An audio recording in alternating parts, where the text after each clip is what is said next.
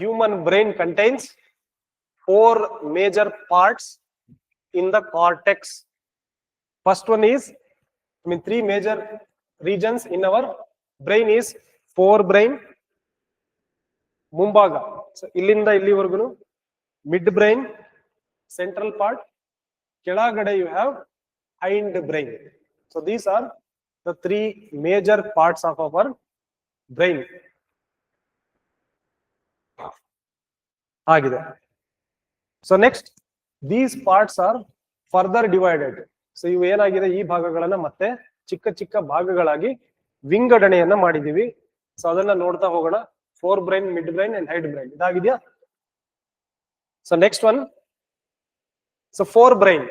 So ಈ ಮುಂದ್ಗಡೆ brain ಏನ್ ಕಾಣಿಸ್ತಾ ಇದೆ ಅಲ್ವಾ, ದಿಸ್ ಆರೆಂಜ್ ಕಲರ್, ಇದನ್ನ ಮತ್ತೆ 3 ಭಾಗಗಳಾಗಿ ಡಿವೈಡ್ ಮಾಡಿದೀವಿ, ಭಾಗವನ್ನ ಮಾಡಿದೀವಿ. So that is called as cerebrum. ಇಲ್ಲಿ ಕಾಣಿಸ್ತಾ ಇದೆಯಲ್ಲ, ಸೊ ಅದಕ್ಕೋಸ್ಕರನೇ ಈ ಸೆರೆಬ್ರಮ್ ಮೇಲ್ಗಡೆ ಇರೋದ್ರಿಂದ ಈ ಕಾರ್ಟೆಕ್ಸ್ ಔಟರ್ ಲೇಯರ್ ನ ಜನರಲ್ ಆಗಿ ಏನಂತ ಕರಿತೀವಿ ಸೈನ್ಸ್ ನಲ್ಲಿ? ಕಿಡ್ನಿ ಇದ್ರೆ ರೀನಲ್ ಕಾರ್ಟೆಕ್ಸ್, ಬ್ರೈನ್ ಇದ್ರೆ cortex. So cerebral part, so this outer cover is called as cerebrum. ಹಾಗಾಗಿ ಔಟರ್ ಲೇಯರ್ ಅನ್ನ we call it as cerebral cortex, first part. Next one is thalamus. ಇಲ್ಲಿ ಏನ್ ಕಾಣಿಸ್ತಾ ಇದೆ ಅಲ್ವಾ, this part is called as thalamus. And ಇದರ ಕೆಳಗಡೆ ಇಲ್ಲಿ ಚಿಕ್ಕದಾಗಿ ಕಾಣಿಸ್ತಾ ಇದೆ ಅಲ್ವಾ, so which has been connected to the pituitary gland.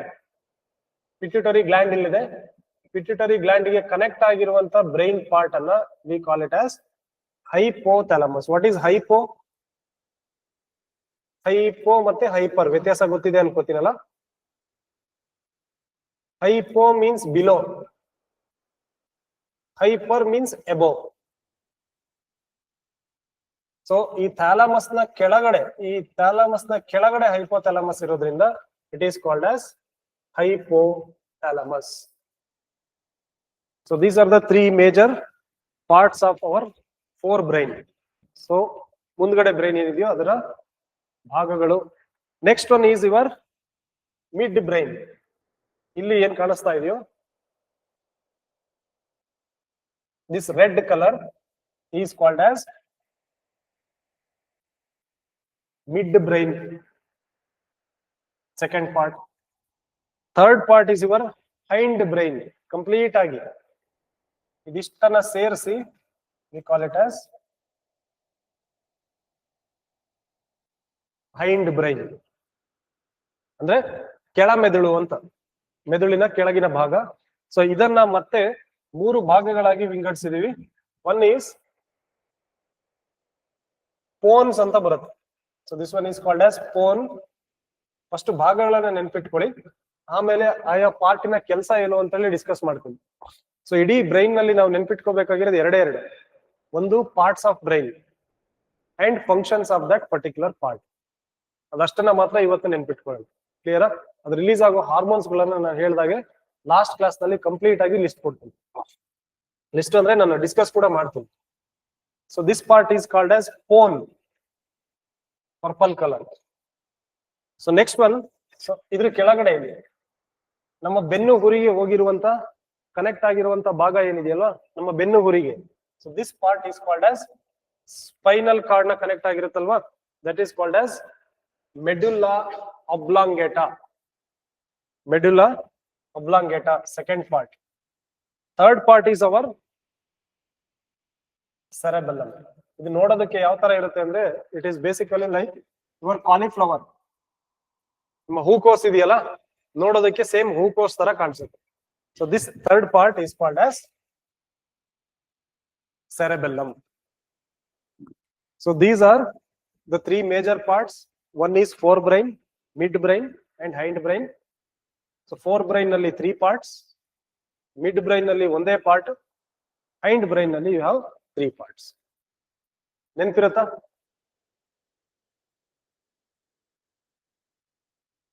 Just ಬರ್ಕೊಳ್ಳೋದಂದ್ರೆ ಒಂದ್ಸಲ ಈ ಬಾಕ್ಸ್ ಏನಿದೆಯೋ ಅದೇ ತರ ಬರ್ಕೊಳ್ಳಿ. ಫೋರ್ ಬ್ರೈನ್ ನಲ್ಲಿ cerebrum, thalamus, hypothalamus. Mid brain, hind brain ನ ಕೆಳಗಡೆ 1, 2, 3 ಪೋನ್ಸ್, medulla ಒಬ್ಲಾಂಗೇಟಾ, as well as your cerebellum. So ಇವಾಗ ಮೆದುಳು ಯಾವ ರೀತಿ ಇದೆ ಅಂದ್ರೆ ಈ ಶೇಪ್ ನಲ್ಲಿ ಇದೆ ಬ್ರೈನ್. ಸೊ ನಾನು ಹೇಗೆ ನಿಂತಿದ್ದೀನೋ ಇದೇ ರೀತಿ ಇದೆ ಬ್ರೈನ್ ಇವಾಗ ಇಲ್ಲಿ. ಸೊ ಈ ಮೆದುಳನ್ನ ಈ ರೀತಿ ತಿರುಗಿಸಿ ನಿಲ್ಲಿಸ್ಕೊಂಡ್ರೆ ಬ್ಯಾಕ್ ಸೈಡ್ಗೆ, ಸೊ ಈ ರೀತಿ ಇದೆ ಅಲ್ವಾ, ಇದನ್ನ if you turn like this, ವಾಪಸ್ ಟರ್ನ್ ಮಾಡಿದ್ರೆ, so it contains a complete Fisher.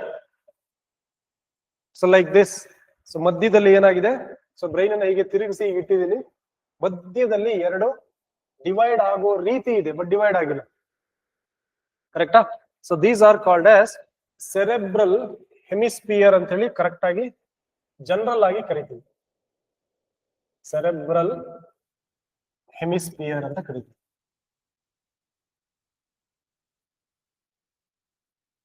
Cerebral hemisphere. So right side ಇರೋದನ್ನ, ಐ ಮೀನ್ ಇದನ್ನ ತಗೊಂಡ್ರೆ it is called as right hemisphere. So this one is called as left hemisphere. So ಈ ಎರಡು ಭಾಗ ಏನಾಗಿದೆಯೋ ಇದು divide ಆಗಿರೋದು ಬರೀ ಮೇಲ್ಗಡೆ ಪಾರ್ಟ್ ಆಫ್ ಬ್ರೈನ್ ನಲ್ಲಿ ಮಾತ್ರ, ಕಂಪ್ಲೀಟ್ ಒಳಗಡೆವರೆಗೂ ಡಿವೈಡ್ ಆಗಿಲ್ಲ. ಕರೆಕ್ಟಾ?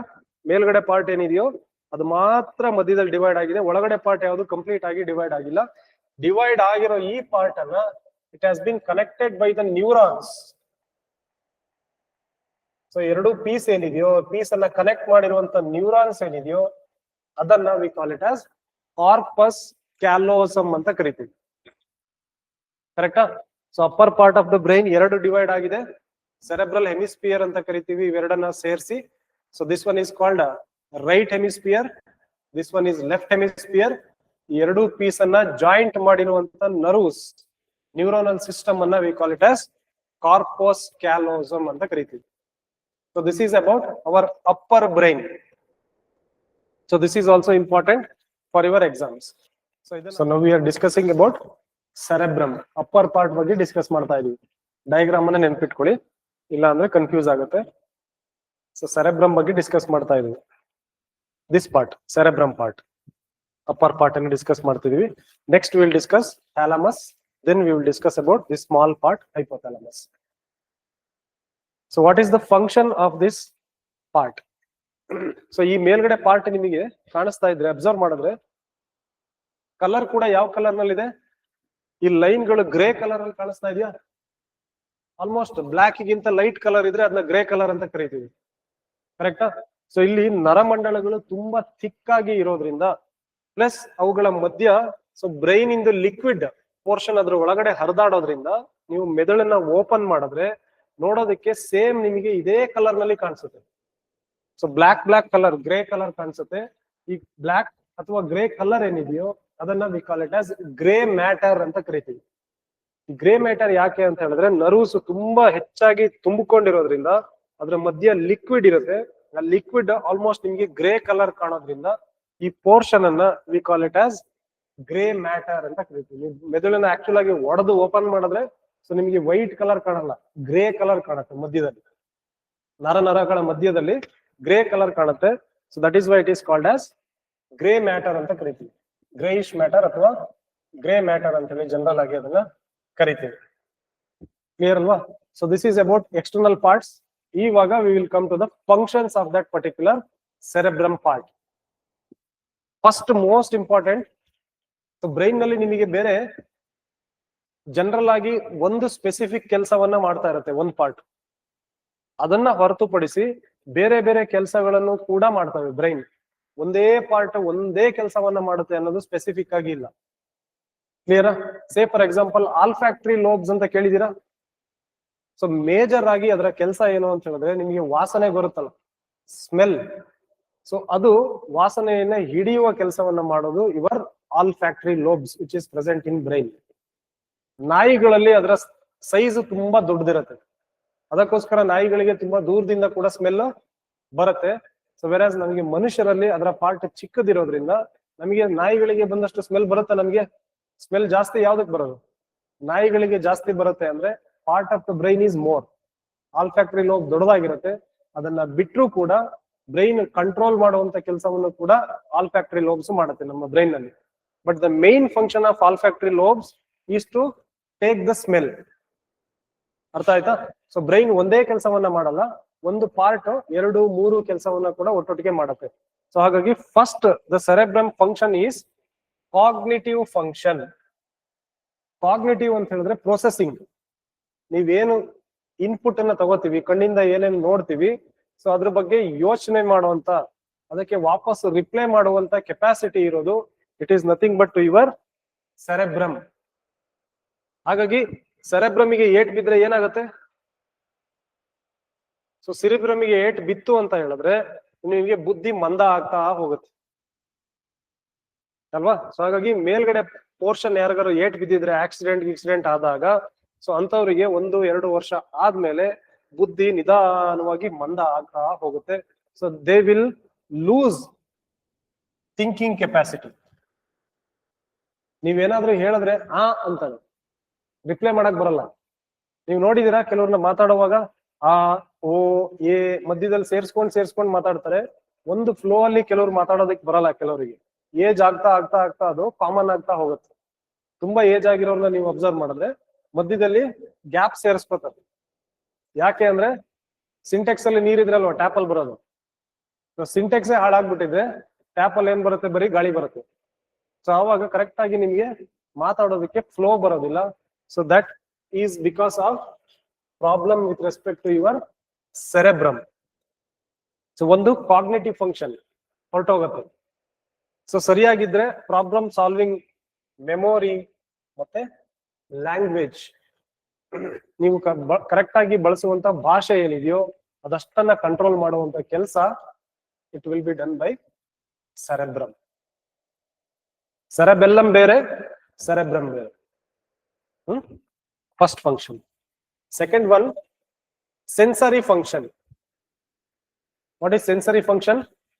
ಟಚ್ ಮಾಡ್ತಾ ಇದೀನಿ, ಸ್ಪರ್ಶ ಮಾಡಿಸ್ತಾ ಇದೀನಿ, ಸಂವೇದನೆಯನ್ನ ಹೇಳಿಕೊಡುವಂತಹ ಪಾರ್ಟ್ ಈಸ್ ಸೆರೆಬ್ರಮ್. ಸೊ ಇಲ್ಲಿಗೆ ಏಟ್ ಬಿತ್ತು ಅಂತ ಹೇಳಿದ್ರೆ ನೀವು ಪೇಷಂಟ್ಗಳು ಕೆಲವ್ರು ಮಲಗಿರ್ತಾರೆ ನೋಡಿದೀರಾ? That is called as vegetative stage. ಸತ್ತಂಗೆ ಮಲಗಿರ್ತಾರೆ. ಎಷ್ಟು ಟಚ್ ಮಾಡಿದ್ರು ಕೂಡ ಏನ್ ಮಾಡಲ್ಲ, ರಿಯಾಕ್ಟ್ ಮಾಡಲ್ಲ. ಸೊ ಅವರಿಗೆ ಬ್ರೈನಿನ ಸೆರೆಬ್ರಮ್ ಪಾರ್ಟ್ ಫಂಕ್ಷನ್ ಮಾಡೋದು ಕಡಿಮೆ ಆಗ್ತದೆ. So that is the second function of cerebrum. That is your sensory program. ಸಂವೇದನಾ ಟ್ರಯಲ್ ಗೇಲ್ ಮಾಡಕ್ ಬಿಡ. So receiving and interpretation of information. ಮುಟ್ಟಿದ್ದಾರೆ, ಚುಚ್ತಾ ಇದ್ದಾರೆ, ಸುಡ್ತಾ ಇದೆ. ಸೊ ಆ ಇನ್ಫಾರ್ಮೇಶನ್ ಗಳು ನಮಗೆ ಏನಾಗಲ್ಲ, ಬ್ರೈನ್ ನಲ್ಲಿ ಪ್ರೊಸೆಸಿಂಗ್ ಆಗಲ್ಲ. Second function. Third one is motor control ಅಥವಾ motor. So coordination. Motor means movement. ನಡೆದಾಡ್ಕೊಂಡು ಓಡಾಡ್ತಾ ಇದ್ದೀನಿ ಅಂತ ಹೇಳಿದ್ರೆ so it is controlled by our cerebrum. ಇಲ್ಲಿಗೆ ಏನಾದ್ರೂ ಏಟ್ ಬಿತ್ತು ಅಂತ ಹೇಳಿದ್ರೆ ನೀಟಾಗಿ ನಡ್ಕೊಂಡು ಹೋಗೋದಕ್ಕಾಗಲ್ಲ. ಕೆಲವರು ಹೋಗ್ತಾ ಹಿಂಗ್ ತಳ್ಳಾಡ್ತಾರೆ ಗೊತ್ತಾ? ಸೊ ನೀವು ಹೆವಿ ಡ್ರಿಂಕ್ಸ್ ಮಾಡಿದ್ರೆ ಈ ಪಾರ್ಟ್, ಸೆರೆಬ್ರಮ್ ಪಾರ್ಟ್ ಕಂಟ್ರೋಲ್ ಅನ್ನ ತಪ್ಪಿಸುತ್ತೆ. Because of hydroxyl ions. ನಿಮಗೆ ಆಲ್ಕೋಹಾಲ್ ಏನಿದೆಯಲ್ವಾ, ಆಲ್ಕೋಹಾಲ್ ಕಂಪ್ಲೀಟ್ ಆಗಿ ಇದರ ಕಂಟ್ರೋಲ್ ಅನ್ನ ಕಡಿಮೆ ಮಾಡಿ ಹಾಕುತ್ತೆ. ಸೊ ಹಾಗಾಗಿ ಮೂವ್ಮೆಂಟ್ ಅಲ್ಲಿ ಪ್ರಾಬ್ಲಮ್. ಅದಕ್ಕೆ ಕುಡಿದವರು ಎಲ್ಲಾ ಕಡೆ ಸರ್ವೆ ಮಾಡ್ಕೊಂಡು ಹೋಗೋದು. ಕರೆಕ್ಟಾ? Third one. Last one is your behaviour and personality. So ನಿಮ್ಗಳಿಗೆ ನಿಮ್ದೇ ಆಗಿರೋ ಐಡೆಂಟಿಟಿ ಇರುತ್ತೆ. ನೋಡಿದೀರಾ? ಕೆಲವರು ತುಂಬಾ ಡಿಗ್ನಿಫೈಡ್ ಆಗಿರ್ತಾರೆ, ಕೆಲವರು ತುಂಬಾ ಅಗ್ರೆಸಿವ್ ಆಗಿರ್ತಾರೆ, ಕೆಲವರು ತುಂಬಾ ಸ್ಪೋರ್ಟ್ಸ್ ಆಕ್ಟಿವಿಟೀಸ್ ಅಲ್ಲಿ ಇನ್ವಾಲ್ವ್ ಮಾಡ್ಕೋತಾ ಇರ್ತಾರೆ, ಕೆಲವರು ಕಲ್ಚರಲ್ ಆಕ್ಟಿವಿಟೀಸ್ ನಲ್ಲಿ ತುಂಬಾ ಸ್ಟ್ರಾಂಗ್ ಆಗಿರ್ತಾರೆ, ಕೆಲವರು ಒಲಿಂಪಿಕ್ಸ್ ಅಲ್ಲಿ ಇರ್ತಾರೆ, ಕೆಲವರು ರನ್ನಿಂಗ್ ಅಲ್ಲಿ ಇರ್ತಾರೆ. ಅಂದ್ರೆ ಕೆಲವರು ಓಡೋದಕ್ ಬಿಟ್ರೆ ಓಡ್ತಾನೆ ಇರ್ತಾರೆ, ಸುಸ್ತಾಗಲ್ಲ ಕೆಲವರಿಗೆ.